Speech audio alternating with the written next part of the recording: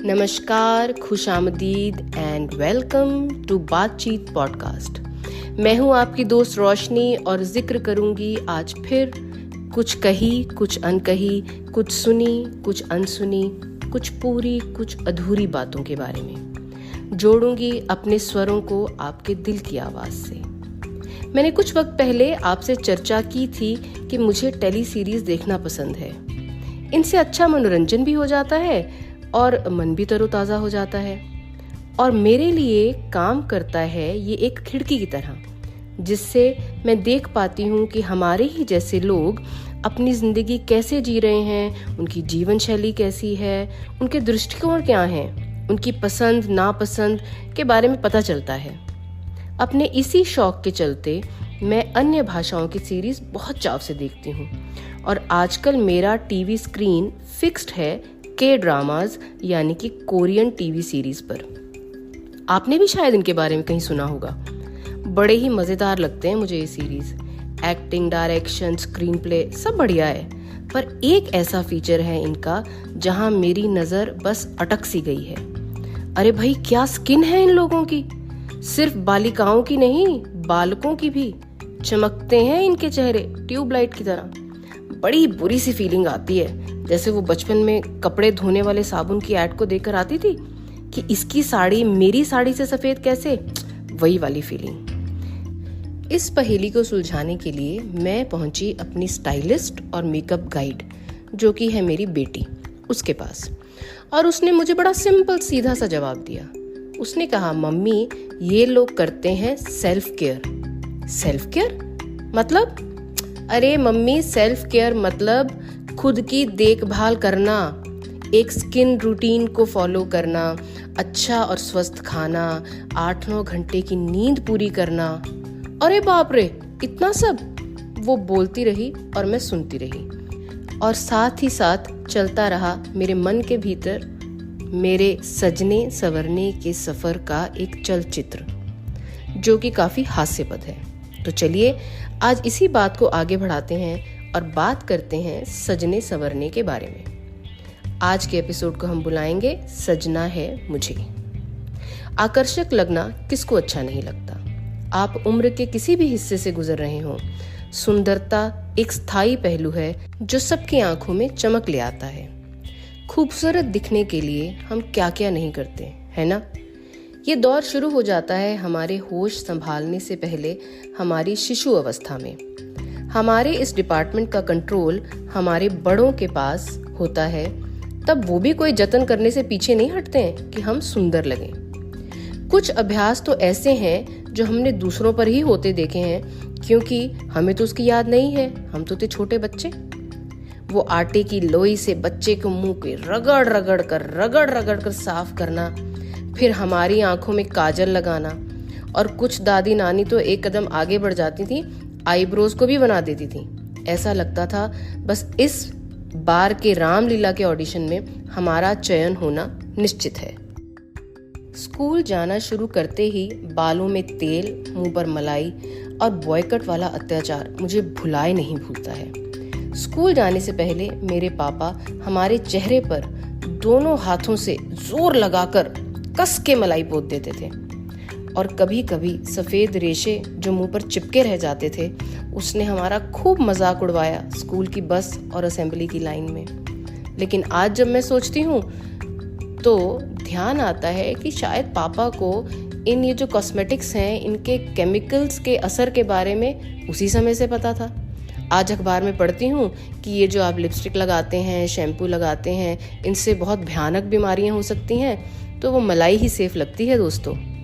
एक और चीज़ जो मुझे बिल्कुल गवारा नहीं गुजरती थी, वो थी छोटे कटे बाल, जिसे उस समय में बॉयकट कहा जाता था। कितनी बार शर्मिंदा हुए हैं इस वाक्य से कि ये बच्चा बालक है या बालिका। अगर कोई डिलीट का बटन हो ना, तो बिना किसी झिझक के मैं इसे फट से दबा दूंगी। परंतु ये हमारे नियंत्रण में थोड़ा था। ये तब के स्किन केयर ट्रेंड्स थे। इस मलाई वाले फेज से तो जैसे तैसे करके निकल गई मैं, और फिर आया पिंपल्स और एक्ने वाला चरण। प्रभु, कोई तो उन्हें बता देता कि इसमें हमारी कोई गलती नहीं थी, लेकिन आंटियां कभी नहीं चूकती थी। अरे बेटा, तुम्हारे मुंह पर इतने दाने क्यों हो गए हैं? कुछ लगाया करो, नहीं तो दाग पड़ जाएंगे। हाय रे, काश के धरती फट जाती और मैं उसमें समा जाती। लेकिन हमने हिम्मत नहीं हारी, उठाया एक बड़ा जोखिम और अपने रूप रंग की जिम्मेदारी स्वयं पर ले ली। जोखिम इसलिए कि अगर हमारी दादी हमें आईने के सामने देख लेती थी तो तीर की तरह आता था ये डायलॉग, देख लो और शीशा देख लो, बड़ी हूर की परियां हो ना। मजाल है जो कभी हाथ धोते हुए वॉश बेसिन के ऊपर लगे आईने की तरफ नजर भी उठ जाए, या स्कूल जाने के लिए बाल बनाते हुए कंघा उठाकर सामने देख लें। आईने की तरफ पीठ करके बनाते थे हम बाल, और वो भी बॉय कट वाले। खूबसूरत लगने के लिए हमने भी लगाए बेसन के उपटन, बालों में रीठे आंवले का पानी और न जाने क्या क्या। और जैसे ही पहुंचे एक बड़े शहर में, स्कूल के बाद कॉलेज की पढ़ाई करने के लिए, हॉस्टल में तो देखा वहां के रंग ढंग अलग ही निराले। हमारे तो होश ही उड़ गए। उन हुस्न परियों के फैशन और मेकअप के सामने तो हम ठहर ही नहीं सकते थे। तो फिर नई स्ट्रैटेजी अपनाई उनसे मुकाबला करने की। ब्रह्म अस्त्र, जिसे नजरअंदाज करना मुश्किल ही नहीं असंभव है। क्लास में टॉप करने का अस्त्र। इस औजार को बड़ी से बड़ी अप्सराएं भी अनदेखा नहीं कर सकती। बना ली हमने अपनी पहचान यहाँ भी, और साथ ही साथ सीख लिया आई लाइनर लगाना, स्मार्ट हेयर कट और कुछ फैशनेबल कपड़े पहनने भी शुरू कर दिए। शादी के बाद तो पूछिए ही नहीं, सब रोक टोक गायब हो गई। नई आज़ादी में हमने सब एक्सपेरिमेंट कर डाला।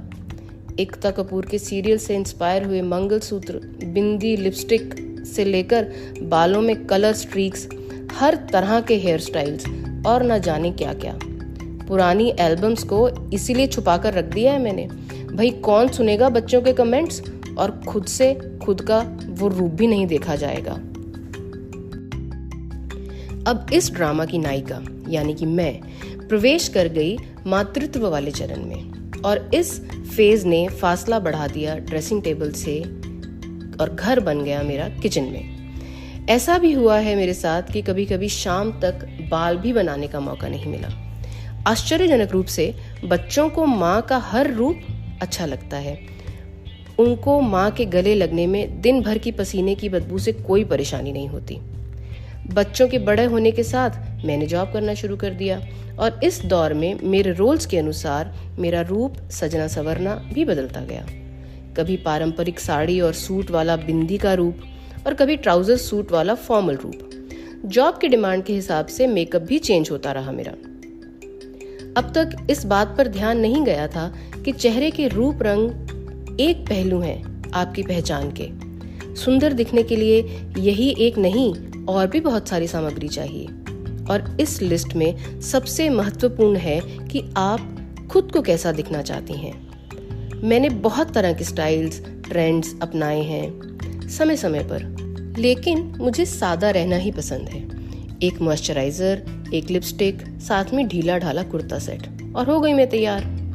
अब तक मैं सजी संवरी, कभी अपनी जॉब के अनुरूप, कभी किसी प्रचलन से प्रभावित होकर, क्योंकि मैं तैयार होती थी और देखती थी खुद को दूसरों की नज़र से।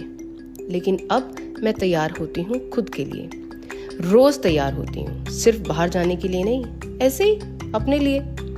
2 मिनट खड़ी होकर देखती हूँ खुद को आईने के सामने तैयार होने के बाद, और मुस्कुराती हूँ अपने आप को देखकर।